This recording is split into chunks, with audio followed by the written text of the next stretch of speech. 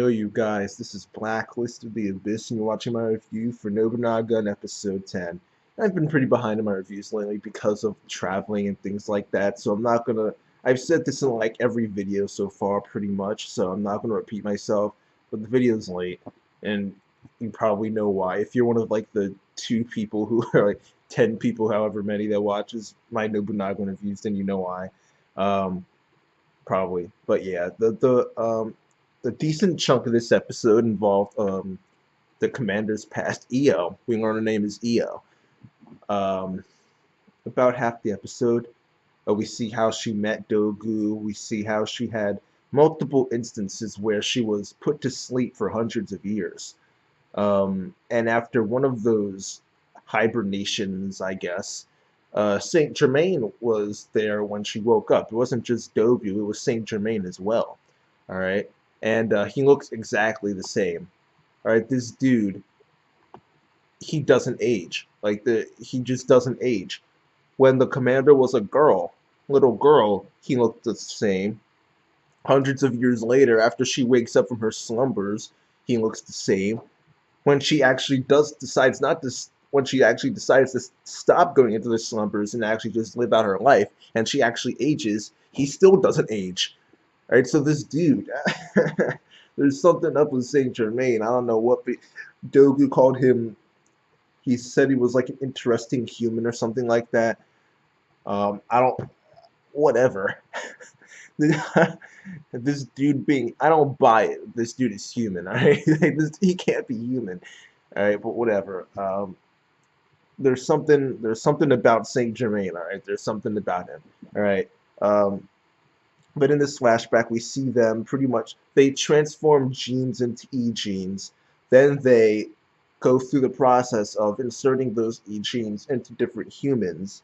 And once they get to Nobunaga, excuse me, once they get to Oda Nobunaga, that's when Io kind of just stops with the whole thing and she decides to just live out her life because she doesn't like the fact that they're giving an E gene to someone like Nobunaga who's so violent and he just kills. And, I mean, it's understandable, but it's also understandable why they gave it to him because they need people like that if they're going to defeat the evolutionary invasion objects. But she doesn't like it, so she kind of just quits on them. However, her home gets destroyed for a second time, and that's when she decides to stop to go back to the organization Dogu. Well, it wasn't the organization. Well, they created the organization the next time she entered one of her slumbers. Um, she decided to go back to them and help them out. She becomes the commander of Dogu, the organization, not the person. Dogu goes inside that little chamber thing that he has, the test tube chamber thing, um, because his body is starting to fall apart. And yeah, that's pretty much that's the gist of what we got from that flashback, and that was cool, seeing exactly how Dogu, the organization, got started. See, that was kind of cool. Um, and the rest of the episode was build up for uh, the last couple of episodes. It starts off with that conversation that Shio and Jack were having, and he's it's like I said in my video description last week. He wanted to talk to her about the last mission they had and how she was able to figure out that the battleship was attacking the commander and the ship that she was on. And he ends up asking her, was it your E gene that told you? And she doesn't really understand the concept. Um, but Jack tells her, what my E gene is telling me, what Jack the Ripper is telling me, is that he needs you. So that was kind of interesting. It's like him acknowledging, not necessarily acknowledging Shio and that she has skills that he doesn't necessarily have, but acknowledging Oda Nobunaga in that he has skills that he doesn't have. Um, but Shio is able to communicate with Oda Nobunaga and use her E gene in order to be useful in ways that he cannot. So he realizes that for the mission, he is going to need her along with all the others because the first and second platoons are going to be the only ones going on this mission to destroy the battleship. Um, and during all this that's going on, there's a strategy meeting going on between the commander and Vidocq and a bunch of the higher ups in Dogu. And what they end up doing, the two of them, Jack and Shio, they end up going to this meeting. All right. And Shio pretty much, they've been spending all this time trying to come up with a strategy. Vidocq has been there. He's pretty, smart. So you think that, this middle school, high school girl, whatever she is, comes in. She's a newbie to Dogu, and she thinks she's going to come up with a strategy that's better than what we've been talking about for who knows how long. Yeah, right. Get out of here. All right.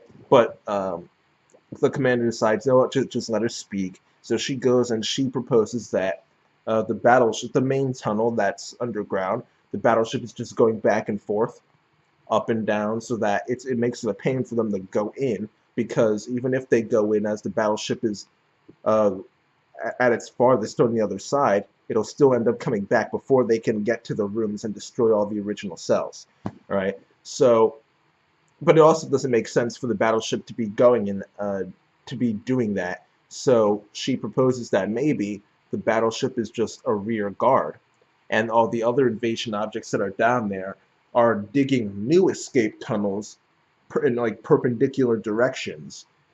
All right, and the battleship is just guarding the main one. And then Vidocq, he's like, wait a second, that makes perfect sense. As a matter of fact, that's probably what they're doing. How come I didn't think of that?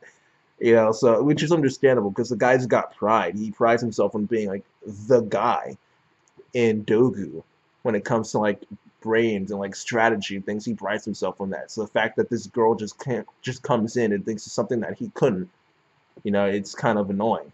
And he kind of tried to make up for it by predicting where exactly the tunnel was leading to, which was Lake Nicaragua, I think. But Shio ends up getting one over on him again when she comes up with a plan of attack that's better than his. All right. And we don't really get the details on this plan of attack, but we know that it involves John Hunter. John Hunter's involved. He wasn't too pleased about that. It was kind of funny actually. And Robert Capa, he's in it as well. He got dragged in. He's declared unfit for combat, but he's still getting dragged in. We know that Newton is in a role that she doesn't like. Her and Kappa are going to be like combining their powers, and Newton wasn't too pleased about the role she was in. Six definitely was not pleased because she was paired up with Gandhi, and she doesn't like anybody riding her except for Geronimo, except for the princess. I'll just leave that there.